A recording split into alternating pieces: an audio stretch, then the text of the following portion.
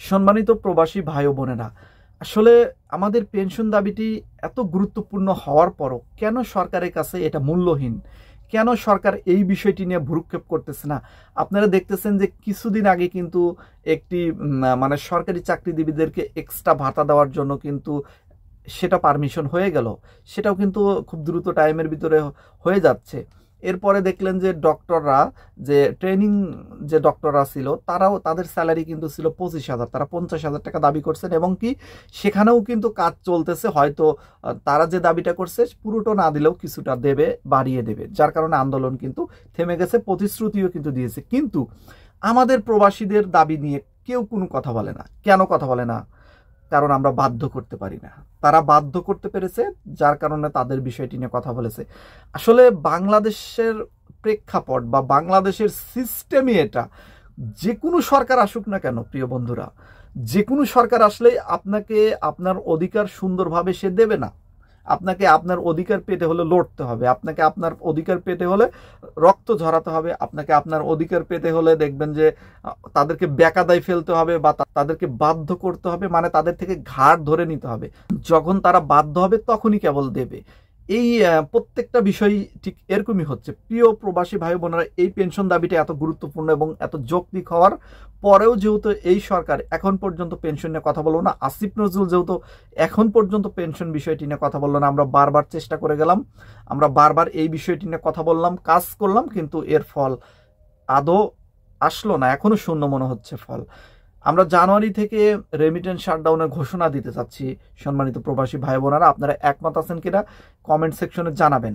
আমাদের দাবিগুলো জানুয়ারি মাসের 1 তারিখের ভিতরে যদি পূরণ না করা হয় কোনো একটা দাবি, অবশ্যই আমরা রেমিটেন্স শাটডাউনে চলে যাব এবং আমরা সরকারকে বাধ্য করব আমাদের দাবিগুলো আদায় করতে। বাধ্য না করলে আসলে দেবে না, আমরা বুঝতেছি, আমরা পরিস্থিতির শিকার, আমরা প্রবাসীরা মূল্যহীন, আমাদের প্রবাসীদের কেউ দাম দেয় না।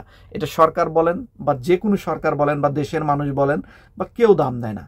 কারণ কি, আমাদের যে দেশের প্রতি অবদান, আমাদের দেশের জন্য কতটুকু মূল্যবান, এই বিষয়টি নিয়ে গুরুত্বপূর্ণভাবে কোনোদিন কোনো পত্রিকাও রিপোর্ট করেনি, কোনো টিভি চ্যানেলও গুরুত্বপূর্ণভাবে এগুলো রিপোর্ট করেনি যে প্রবাসীদের রেমিটেন্স এত গুরুত্বপূর্ণ। তারা এক ধরনের যোদ্ধা, মুক্তিযুদ্ধ করেছিলেন, তাদেরকে আমরা কতটা সম্মান করি, কতটা ভালোবাসি, কতটা রেসপেক্ট করি, কারণ আমাদের দেশকে তারা স্বাধীন করেছে। কিন্তু এই স্বাধীনতার পর থেকে অক্লান্ত পরিশ্রম করে প্রবাসীরা দেশটাকে টিকিয়ে রেখেছে। প্রবাদ বাক্যে একটা কথা বলে যে দেশ স্বাধীন করার চেয়ে স্বাধীনতা রক্ষা করা কঠিন, বা সেই দেশকে টিকিয়ে রাখা কঠিন। ঠিক আমরা সেই কাজটি করে যাচ্ছি। হয়তো স্বাধীনতা যুদ্ধে সহযোগিতা করতে পারিনি, তখন যদি জন্মগ্রহণ করতাম, তখন যদি সেরকম পরিস্থিতি হতো, অবশ্যই আমরা সেই কাজেও ঝাঁপিয়ে পড়তাম।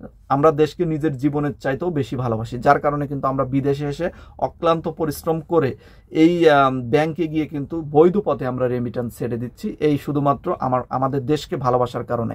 হুন্ডিতে টাকা পাঠালে টাকা বেশি পাওয়া যায়, তারপরও আমরা সেই হুন্ডি ইউজ করতেছি না, আমরা শুধু দেশকে ভালোবাসি বলে বৈধ পথে রেমিটেন্স পাঠাচ্ছি। এরপরেও যদি সরকার আমাদের নিয়ে না ভাবে, আমাদের পেনশন দাবিটা নিয়ে যদি এত বেশি হয়ে যায় যে এটা কেন দাবি করতেছে বা এটা নিয়ে গুরুত্বই না দেয়, তাহলে এর চাইতে দুঃখজনক আর কিছু হবে না। প্রবাসী ভাই বোনেরা, আপনারা নিজ নিজ জায়গা থেকে এই বিষয়টি নিয়ে আরো জোরালো হন। আমি বারবার অনুরোধ করতেছি প্রত্যেকটা প্রবাসী ভাই বোনদের যে আপনারা আরো সতর্ক হন, আরো এই বিষয়টি নিয়ে জোর দিন।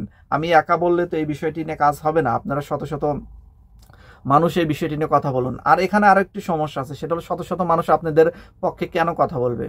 আমি দেখেছিলাম যখন পেনশন বিষয়টি নিয়ে কথা বলা শুরু করলাম, দেখলাম যে অনেক ইউটিউবাররা, অনেক সাংবাদিকরা পেনশন বিষয়টি নিয়ে টুকটাক কথা বলতেছে, তখন কিন্তু কথা বললো। কিন্তু এখন কিছুদিন কথা বলার পরে আপনাদের ভিতর থেকে এমন এমন ব্যক্তি আছে নেগেটিভ কমেন্ট করে। তো যখন নেগেটিভ কমেন্ট করে তাদের মনটা নষ্ট হয়ে যায়, তারা মনে মনে ভাবে যে আমরা এত কষ্ট করে এই পেনশন বিষয়টি নিয়ে বা প্রবাসীদের অধিকার নিয়ে কাজ করতেছি শুধু নিজের স্বার্থে না, সকল প্রবাসীদের স্বার্থে, আর সেই বিষয়টি না বুঝে উল্টা আরো বাজে কমেন্ট করে। ওর সাথে এই বিষয়টি নিয়ে আমরা নিউজ না করে অন্য বিষয় নিউজ করি। তো এইভাবে কিন্তু আমি অনেক চ্যানেল দেখেছি যারা প্রবাসীদের না কাজ করতো, এখন তারা প্রবাসীদের না কাজ করে না।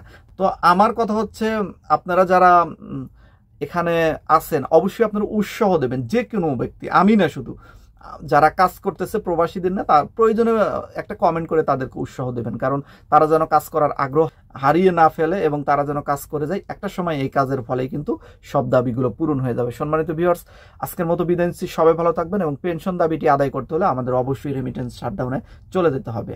আল্লাহ হাফেজ।